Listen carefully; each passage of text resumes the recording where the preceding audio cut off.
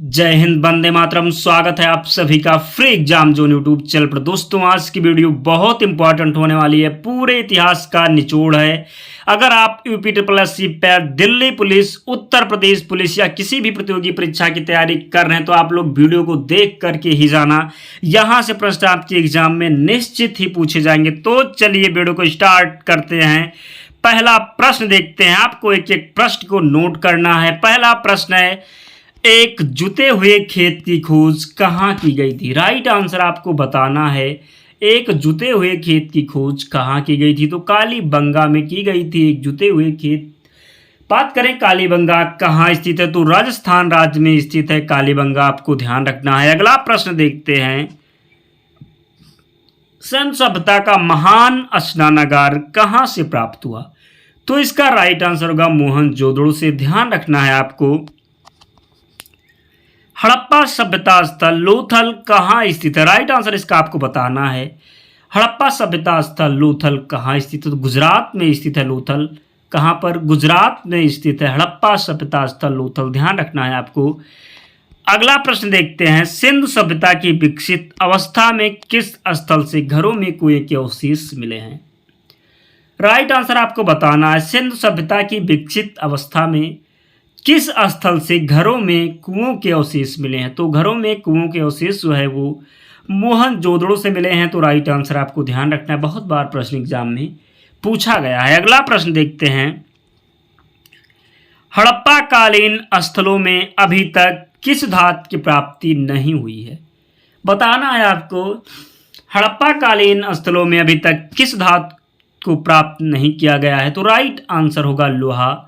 लोहा इसका right answer होगा। बहुत बार एग्जाम में प्रश्न पूछा गया है, तो ध्यान रखना है आपको। अगला प्रश्न देखते हैं, एक उन्नत जल प्रबंधन व्यवस्था का साक्ष्य कहां से प्राप्त हुआ? राइट आंसर आपको बताना है। एक उन्नत जल प्रबंधन व्यवस्था का साक्ष्य कहां से प्राप्त हुआ? तो राइट आंसर होगा धौलावीरा से। राइट आंसर आपको ध्यान रखना है। किस पशु का अंकन हड़प्पा संस्कृति के मोहरों पर नहीं मिलता है? इसका राइट आंसर आपको बताना है। किस पशु का अंकन हड़प्पा संस्कृति के मोहरों पर नहीं मिलता है? तो घोड़ा का नहीं मिलता है, आपको ध्यान रखना है। तो इसका राइट आंसर घोड़ा होगा। त्रयी नाम से कौन प्रसिद्ध है? तो त्रयी नाम से जो है 3 वेद प्रसिद्ध है। ऋग्वेद का कौन सा मंडल पूर्णतया सोम को समर्पित है? तो 9वां मंडल जो है ये पूर्णतया सोम को समर्पित है, आपको ध्यान रखना है। वैदिक नदी अस्किनी की पहचान किस एक नदी के साथ की जाती है? तो वैदिक नदी अस्किनी की पहचान जो है चेनाब नदी के साथ की जाती है। तो राइट आंसर आपको ध्यान रखना है। प्रसिद्ध 10 राजाओं का युद्ध किस नदी के तट पर लड़ा गया? राइट आंसर आपको बताना है। प्रसिद्ध 10 राजाओं का युद्ध किस नदी के तट पर लड़ा गया? तो राइट आंसर प्रोशनी होगा। ध्यान रखना है आपको। ऋग्वेद में उल्लिखित यौ शब्द किस कृषि उत्पादन हेतु प्रयुक्त किया गया? राइट आंसर आपको बताना है। ऋग्वेद में उल्लिखित जो है यौ शब्द किस कृषि उत्पादन हेतु प्रयुक्त किया गया? तो राइट आंसर होगा जौ। सर्वाधिक ऋग्वैदिक सूक्ति किसको समर्पित है? तो सर्वाधिक ऋग्वैदिक सूक्ति जो है इंद्र को समर्पित है। टोटल 250 सूक्तियां हैं। सत्यमेव जयते शब्द कहाँ से लिया गया है? मुंडकोपनिषद से लिया गया है सत्यमेव जयते शब्द। गौतम बुद्ध की माँ किस वंश से संबंधित थी? तो गौतम बुद्ध की माँ संबंधित थी कोलीय वंश से। महात्मा बुद्ध का परिनिर्वाण कहाँ हुआ? कुशीनगर में हुआ महात्मा बुद्ध का परिनिर्वाण। अगला प्रश्न है, किस शासन ने द्वितीय बौद्ध सभा का आयोजन किया था? कालाशोक ने द्वितीय बौद्ध सभा का आयोजन किया था। राइट आंसर आपको ध्यान रखना है। दोस्तों, अगर आपने अब तक वीडियो को लाइक नहीं किया है तो पहले आप लोग वीडियो को लाइक कर दीजिए और चैनल को सब्सक्राइब करके जुड़ जाइए। बहुत इंपॉर्टेंट प्रश्न हैं, कई बार एग्जाम में पूछे गए हैं, तो लास्ट तक देखना आप लोग। प्रश्न आपसे एग्जाम में अवश्य देखने को मिलेंगे। बौद्ध धर्म में घोड़ा किसका प्रतीक है? बताना है आपको। बौद्ध धर्म में घोड़ा किसका प्रतीक है? तो बौद्ध धर्म में जो घोड़ा है ये त्याग का प्रतीक है। तो राइट आंसर होगा त्याग। ध्यान रखना है आपको। अगला प्रश्न है, बुद्ध के उपदेश किससे संबंधित हैं? तो बुद्ध के उपदेश आचरण की शुद्धता व पवित्रता से संबंधित हैं, ध्यान रखना है आपको। संघ में भिक्षुणी के रूप में स्त्रियों के प्रवेश की अनुमति बुद्ध द्वारा कहाँ की गई? वैशाली में की गई। त्रिपिटक ग्रंथ किस धर्म से संबंधित है? बौद्ध धर्म से संबंधित है त्रिपिटक ग्रंथ। भारत में पहले जिस मानव प्रतिमाओं को पूजा गया वह किसकी प्रतिमा थी? तो भारत में पहले जिस मानव प्रतिमाओं को पूजा गया ये बुद्ध की प्रतिमा थी, तो आपको ध्यान रखना है। प्रथम शताब्दी ईस्वी में किस भारतीय बौद्ध भिक्षुक को चीन भेजा गया? बताना है आपको, प्रथम शताब्दी ईस्वी में किस भारतीय बौद्ध भिक्षुक को चीन भेजा गया? तो राइट आंसर होगा नागार्जुन। कौन सी बात बौद्ध धर्म तथा जैन धर्म में समान नहीं है? बताना है आपको, कौन सी बात बौद्ध धर्म तथा जैन धर्म में समान नहीं है? तो राइट आंसर होगा आत्मदमन। बौद्ध तथा जैन दोनों ही धर्म किस पर विश्वास करते हैं? कर्म तथा पुनर्जन्म के सिद्धांत पर। किस पर? कर्म तथा पुनर्जन्म के सिद्धांत पर बौद्ध तथा जैन दोनों ही धर्म विश्वास रखते हैं। तीर्थंकर शब्द किससे संबंधित है? जैन से संबंधित है तीर्थंकर। अगला प्रश्न है, जैन तीर्थंकरों के क्रम में अंतिम कौन थे? महावीर स्वामी अंतिम तीर्थंकर थे। स्यादवाद सिद्धांत किसका है? जैन धर्म का सिद्धांत है स्यादवाद। जैन संप्रदाय में प्रथम विभाजन के समय श्वेतांबर संप्रदाय के संस्थापक कौन थे? तो जैन संप्रदाय में प्रथम विभाजन के समय श्वेतांबर संप्रदाय के संस्थापक थे स्थूलभद्र। भगवान महावीर का प्रथम शिष्य कौन था? जमाली था भगवान महावीर का प्रथम शिष्य। आजीवक संप्रदाय के संस्थापक कौन थे? तो आजीवक संप्रदाय के संस्थापक थे मक्खली गोसाल। ध्यान रखना है आपको। उत्तर प्रदेश में बौद्ध एवं जैन दोनों के प्रसिद्ध तीर्थस्थल कहाँ हैं? बताना है आपको, उत्तर प्रदेश में बौद्ध एवं जैन दोनों के प्रसिद्ध तीर्थस्थल कहाँ है? कौशाम्बी में। कौन सा क्षेत्र अशोक के साम्राज्य में सम्मिलित नहीं था? तो अशोक के साम्राज्य में सम्मिलित श्रीलंका नहीं था, ध्यान रखना है आपको। अशोक के शासनकाल में बौद्ध सभा किस नगर में आयोजित की गई? अशोक के शासनकाल में बौद्ध सभा किस नगर में आयोजित की गई? तो पाटलिपुत्र में। किसे सर्वश्रेष्ठ स्तूप माना जाता है? तो सांची को सर्वश्रेष्ठ स्तूप माना जाता है। ब्राह्मी लिपि को सर्वप्रथम किसने पढ़ा? जेम्स प्रिंसेप ने पढ़ा ब्राह्मी लिपि को सर्वप्रथम। अशोक का अपने शिलालेखों में सामान्यतः किस नाम से उल्लेख हुआ है? तो प्रियदर्शी। किस लेख में अशोक का नाम उल्लिखित है? मास्की का लघु शिलालेख। केवल वह स्तंभ जिसमें अशोक ने स्वयं को मगध का सम्राट बताया कौन सा है? तो ये भ्राभु स्तंभ है, ध्यान रखना है आपको। किस दक्षिणी राज्य का उल्लेख अशोक अभिलेखों में नहीं है? किस दक्षिणी राज्य का उल्लेख अशोक के अभिलेखों में नहीं है? तो चोल इसका राइट आंसर है। भारत का नेपोलियन किसे कहा जाता है? तो भारत का नेपोलियन समुद्रगुप्त को कहा जाता है। किस गुप्त राजा का एक अन्य नाम देवगुप्त था? चंद्रगुप्त द्वितीय का। इलाहाबाद स्तंभ अभिलेख किस एक से संबंधित है? बताना है आपको, इलाहाबाद स्तंभ अभिलेख किस एक से संबंधित है? समुद्रगुप्त से संबंधित है। शक विजेता किसे माना जाता है? चंद्रगुप्त द्वितीय को शक विजेता माना जाता है। किसे गुप्त शासक ने सर्वप्रथम सिक्के जारी किए? किस गुप्त शासक ने सर्वप्रथम सिक्के जारी किए? तो चंद्रगुप्त प्रथम ने। सती प्रथा का प्रथम अभिलेखित साक्ष्य कहाँ से प्राप्त हुआ? तो सती प्रथा का प्रथम अभिलेखित साक्ष्य जो है एरण से प्राप्त हुआ, ध्यान रखना है आपको। हर्षचरित नामक पुस्तक किसने लिखी है? बाणभट्ट ने लिखी है हर्षचरित नामक पुस्तक।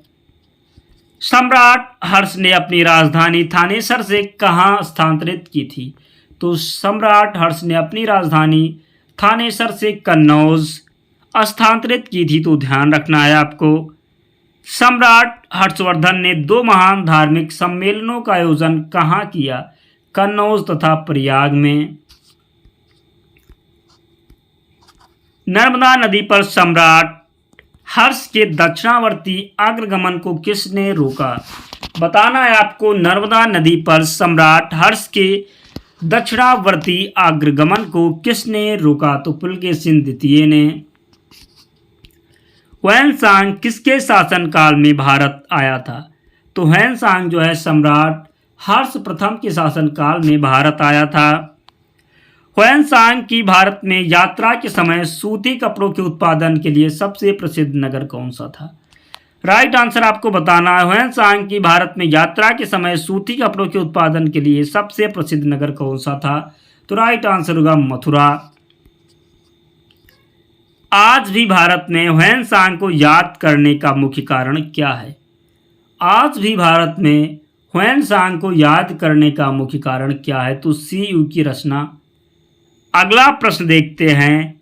निम्नलिखित में से कौन सा नाटक कालिदास ने नहीं लिखा? जानकी हरण। सौदरानंद किसकी रचना है? अश्वघोष की रचना है सौदरानंद। नागानंद रत्नावली एवं प्रियदर्शिका के लेखक कौन है? तो नागानंद रत्नावली एवं प्रियदर्शिका के लेखक हैं हर्षवर्धन। भारत का पहला मुस्लिम आक्रमण किस वर्ष हुआ? तो भारत का पहला मुस्लिम आक्रमण 712 में हुआ। महमूद गजनवी के समय भारत आने वाला प्रसिद्ध इतिहासकार कौन था? बताना है आपको। महमूद गजनवी के समय भारत आने वाला प्रसिद्ध इतिहासकार कौन था? तो राइट आंसर इसका होगा अल बरूनी। अगला प्रश्न देखते हैं। किसने भारत में प्रसिद्ध फारसी त्योहार नवरोज को प्रारंभ करवाया? किसने भारत में प्रसिद्ध फारसी त्योहार नवरोज को प्रारंभ करवाया? तो बलबन राइट आंसर है। बाजार नियंत्रण प्रथा किसने लागू की? बताना है आपको। बाजार नियंत्रण प्रथा किसने लागू की? अलाउद्दीन खिलजी ने। किस वंश के सुल्तानों ने सबसे अधिक समय तक देश में राज किया? तुगलक वंश। आमीर ए कोही एक नया विभाग किस सुल्तान द्वारा शुरू किया गया? तो आमीर ए कोही एक नया विभाग मोहम्मद बिन तुगलक सुल्तान के द्वारा शुरू किया गया। होली त्यौहार के सार्वजनिक उत्सव में भाग लेने वाला दिल्ली का प्रथम सुल्तान कौन था? बताना है आपको। होली त्यौहार के सार्वजनिक उत्सव में भाग लेने वाला दिल्ली का प्रथम सुल्तान कौन था? तो राइट आंसर होगा मोहम्मद बिन तुगलक। टोपरा तथा मेरठ से 2 अशोक स्तंभ लेख दिल्ली कौन लाया था? टोपरा तथा मेरठ से 2 अशोक स्तंभ लेख दिल्ली कौन लाया था? तो फिरोज शाह तुगलक लाया था। दिल्ली सल्तनत के तुगलक राजवंश का अंतिम शासक कौन था? बताना है आपको। दिल्ली सल्तनत के तुगलक राजवंश का अंतिम शासक कौन था? तो नसरुद्दीन महमूद था। ध्यान रखना है आपको, नसरुद्दीन महमूद। तैमूर लंग ने किस वर्ष भारत पर आक्रमण किया? तो तैमूर लंग ने भारत पर आक्रमण 1398 में किया। कब? 1398 में तैमूर लंग ने भारत पर आक्रमण किया। विजयनगर राज की स्थापना किसने की? तो विजयनगर राज की स्थापना हरिहर और बुक्का के द्वारा किया गया। प्रसिद्ध कवि अमीर खुसरो किसके दरबार में रहते थे? इसका राइट आंसर आपको बताना है। प्रसिद्ध कवि अमीर खुसरो किसके दरबार में रहते थे? बताना है। प्रसिद्ध कवि अमीर खुसरो किसके दरबार में रहते थे? राइट आंसर होगा अलाउद्दीन खिलजी के दरबार में रहते थे प्रसिद्ध कवि अमीर खुसरो। तबकात ये नासरी का लेखक कौन था? तो तबकात ये नासरी के लेखक थे मिनहाज उस सिराज। किस भाषा को दिल्ली सुल्तानों ने संरक्षण प्रदान किया? तो फारसी भाषा को दिल्ली सुल्तानों ने संरक्षण प्रदान किया। बहमनी राज की स्थापना किस वर्ष हुई थी? तो बहमनी राज की स्थापना 1347 में हुई थी। कब? 1347 में बहमनी राज की स्थापना हुई। बाबर ने अपने बाबरनामा में किस हिंदू राज्य का उल्लेख किया? बताना है आपको बाबर ने अपने बाबरनामा में किस हिंदू राज्य का उल्लेख किया। तो मेवाड़ इसका राइट आंसर है। क्या? मेवाड़। कृषकों की सहायता के लिए किस मध्यकालीन भारतीय शासक ने पट्टा एवं कबूलियत की व्यवस्था प्रारंभ की? तो पट्टा एवं कबूलियत की व्यवस्था जो है शेरशाह ने प्रारंभ की। अकबरकालीन सैन्य व्यवस्था किस पर आधारित थी? तो अकबरकालीन सैन्य व्यवस्था मनसबदारी पर आधारित थी। टोडरमल ने किस क्षेत्र में ख्याति अर्जित की? भू राजस्व के क्षेत्र में टोडरमल ने ख्याति अर्जित की। ध्यान रखना है आपको। अकबर के काल में महाभारत का फारसी अनुवाद किसके निर्देशन में हुआ?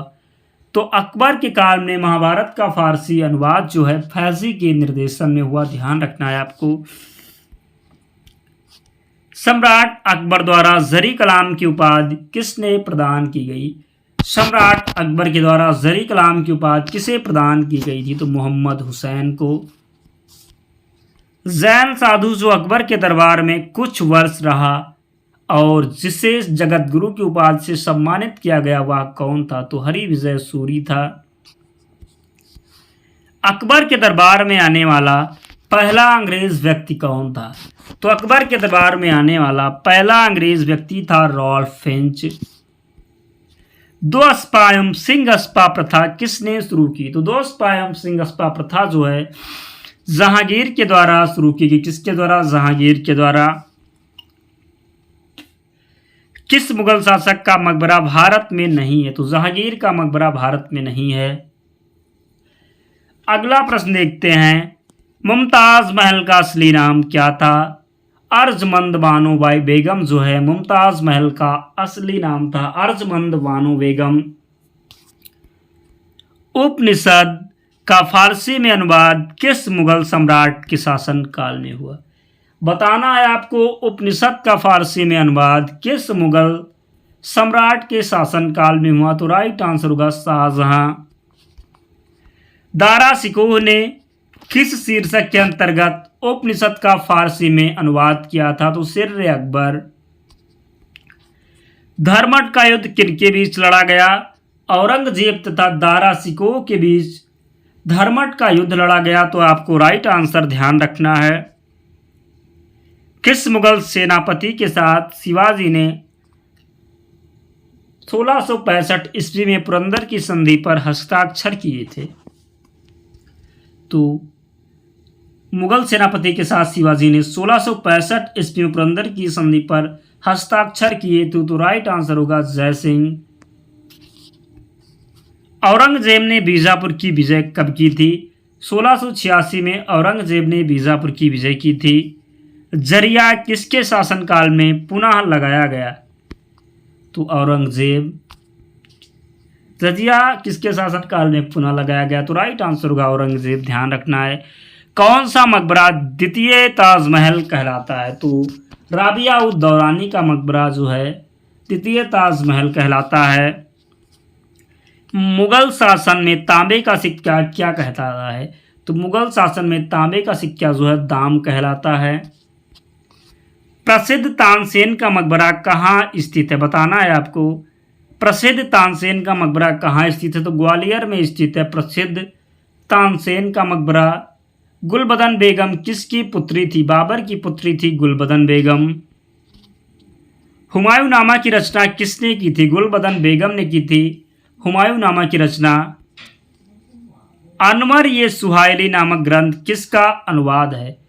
तो अनवर ये सुहाइली नामक ग्रंथ जो है पंचतंत्र का अनुवाद है। बात करें पंचतंत्र किसने लिखा है? तो विष्णु शर्मा के द्वारा पंचतंत्र लिखा गया। ये भी प्रश्न एग्जाम में पूछा जाता है, तो ध्यान रखना है आपको। वह कौन सा सेना नायक था जिसे बीजापुर के सुल्तान ने 1659 ईस्वी में शिवाजी को दबाने के लिए भेजा था? तो राइट आंसर होगा अफजल खान। शिवाजी की राजधानी कहां पर थी? रायगढ़ में थी शिवाजी की राजधानी। अगला प्रश्न है, शिवाजी के अष्टप्रधान का जो सदस्य विदेशी मामलों की देखरेख करता था वह कौन था? बताना है आपको। शिवाजी के अष्टप्रधान का जो सदस्य विदेशी मामलों की देखरेख करता है वो कौन था? तो ये था सुमंत। इसका राइट आंसर सुमंत होगा। ध्यान रखना है आपको, क्या सुमंत इसका राइट आंसर होगा। ध्यान रखना है आपको, सुमंत जो है इसका राइट आंसर है। अगला प्रश्न देखते हैं। संभाजी के बाद मराठा शासक को किसने सरल और कारगर बनाया? संभाजी के बाद मराठा शासक को किसने सरल और कारगर बनाया? तो राइट आंसर होगा बालाजी विश्वनाथ। औरंगजेब की मृत्यु के समय मराठा नेतृत्व किसके हाथों में था? बताना है आपको, औरंगजेब की मृत्यु के समय मराठा नेतृत्व किसके हाथों में था? तो ताराबाई के हाथों में था। एक इतिहासकार ने पानीपत की तीसरी लड़ाई को स्वयं देखा, वह कौन था? बताना है आपको, एक इतिहासकार ने पानीपत की तीसरी लड़ाई स्वयं देखा, वह कौन था? तो वो था काशीराज पंडित। कौन? काशीराज पंडित था एक इतिहासकार जिसने पानीपत की तीसरी लड़ाई को स्वयं देखा। तो राइट आंसर होगा काशीराज पंडित। दोस्तों वीडियो कंप्लीट हो गई। अगर आपने अब तक वीडियो को लाइक नहीं किया तो प्लीज़ आप लोग वीडियो को लाइक करके चलना, बिना लाइक के वीडियो को कोई नहीं जाएगा। और चैनल को सब्सक्राइब कर लेना। और इसकी पीडीएफ के लिए आप टेलीग्राम चैनल से जुड़ जाना, लिंक डिस्क्रिप्शन में है, या आप जा करके टेलीग्राम पर सर्च करना, फ्री एग्जाम जोन चैनल मिल जाएगा, आप लोग ज्वाइन हो जाना, वहाँ पर आपको सारी पीडीएफ मिल जाएगी। तो मिलते हैं अगले वीडियो में, तब तक पढ़ते रहिए, ध्यान रखिए अपना, स्वस्थ और सुरक्षित रहिए। जय हिंद।